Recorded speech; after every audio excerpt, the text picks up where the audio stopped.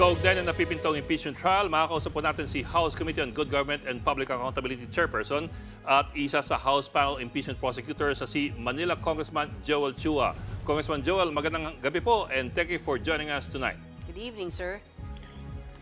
Hi, good evening po sa inyo at sa lahat po na inyong taga-subaybay. Yes, sir. Sir, if I may just start off, sir, with all these reports na si Congressman Sandro Marcos was the first to sign the impeachment complaint doon sa Kongreso. Do we take it also to mean, sir, that he was the moving force behind the impeachment complaint that was signed by 215 congressmen? Well, actually, kanina ko rin lang nalaman doon sa mga news report that it was Congressman Sandro who signed first sa impeachment complaint. But actually, hindi naman siya yung moving force eh. If you will remember it correctly, yung father niya nagsalita na I think the father is not in favor of the impeachment. But, you know, it only shows that Congressman Sandro is doing his constitutional duty. At dito rin makikita na Congress is not a rubber stamp of the President. Yes, sir. Sir, but if I may just follow that up, sir, then who is then the moving force behind this impeachment complaint? Kasi we know already yung first three impeachment complaints, kung sino po yung nag-file at sino nag-endorso from Congress. Ito naman pong fourth impeachment complaint, sino-sino po yung nag-advance po nito? Well, to be honest with you, the impeachment complaint was filed at I think nakakatatlong impeachment complaint na sa Congress. Yes, sir. Yung unang impeachment complaint kasi napakahaba, 23 articles.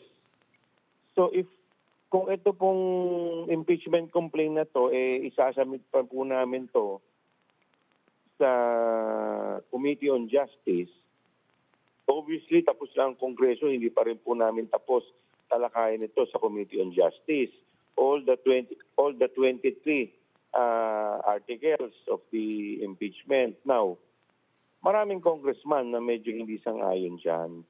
So kaya nga sabi po nila, suggestion ng iba, that we should come up na medyo maayos na impeachment complaint na magiging maayos at katanggap-tanggap sa mga congressman.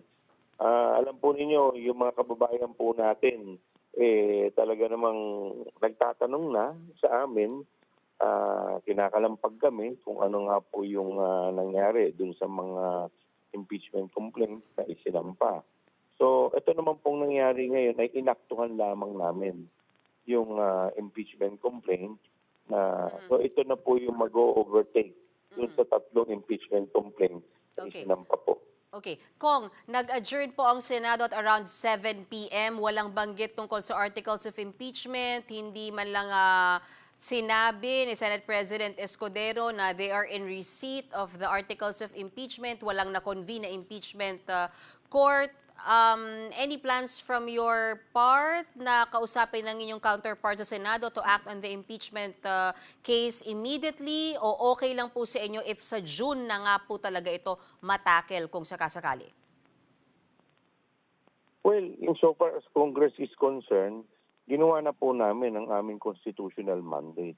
Now, it is up to the Senate na sila naman po ang gumawa ng kanilang constitutional mandate. Kasi ito naman pong impeachment ay obligasyon po namin to ng base po sa ating saligang batas. Pero okay lang sa inyo, any reaction na malaki yung posibilidad na sa Hunyo pa ito, meaning months from now pa po ito at hindi maaaktuhan immediately ng Senado kung sakasakali? Ang Senado po kasi namin is co-equal body. So alam naman po natin na hindi naman po natin sila matidiktahan. Sir, one more question from me, sir. Kayo po ay bahagi ng prosecution, prosecutors who will prosecute this complaint before the Senators and Impeachment Court. From your perspective po, what is the strongest complaint or charge or article of impeachment that is there in the one that you signed? Ako po naniniwala yung first three articles of impeachment. Unang-una po dyan yung pagbabanta po ng ating Vice Presidente sa ating Pangulo nakita naman po natin doon sa pagbabanta na meron daw apparently meron siyang hinire na assassin para patayin ng ating mahal na Pangulo, ang First Lady at ang ating Speaker. So ito naman po ay live broadcast. Lahat naman po tayo, napanood naman po natin ito. So ito po ay betrayal of public trust and culpable violation of the Constitution. So, pangalawa po, yung ating pong tayo po bilang chairman, nagkaroon po tayo ng paglilitis, yung po mga graft and corruption in her misuse and malversation of confidential fund. So, dun po sa 612.5 million peso na confidential fund ng OVP at ng DepEd. At yung pangatlo po na nakikita rin po natin is yung bribery. Yung pong naging issue po, yung naging payola doon sa mga opisyal po ng DepEd.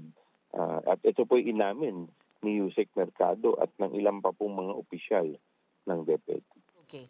All right. Oh, sorry, Go ahead, sir. go ahead. Sir, pasingit ang isa pa, sir, before we let go. Sorry, sir, pero it's good to be able to talk to you. Sir, I understand what you were saying kanina, that the Congress just had to do its constitutional duty to pursue the impeachment because it was already, they have already 3 impeachment complaints filed.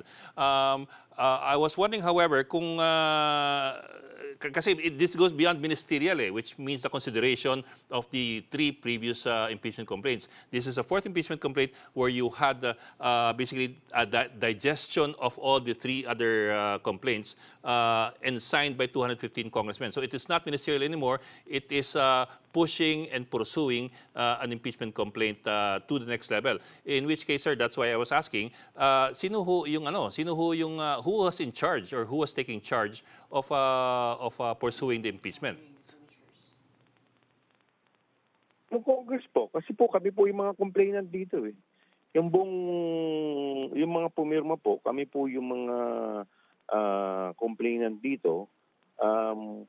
Ito pong impeachment complaint ay presenta po kanina sa aming pinaliwanag po sa caucus ng mga partido at ng partido po namin.